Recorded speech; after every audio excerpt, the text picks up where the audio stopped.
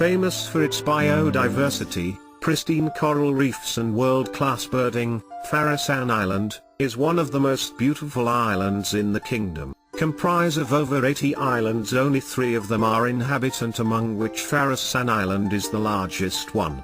Once known as Portus Farasanus, the islands has rich history and great strategic importance since centuries. And for this reason Ottomans occupied the island after a battle with locals in the Ottoman era. It's a dream of all the travelers in the kingdom, to visit Farasan Island at least once in a lifetime.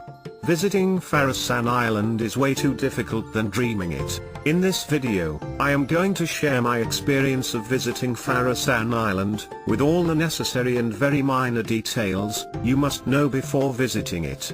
I would also try to answer all the queries which were asked to me on the platform of Saudi Tourism Group by different people. The first and the most important question was about planning the trip. I was asked about the weather in Farasan in August and my recommendation when to visit it. The answer is very simple.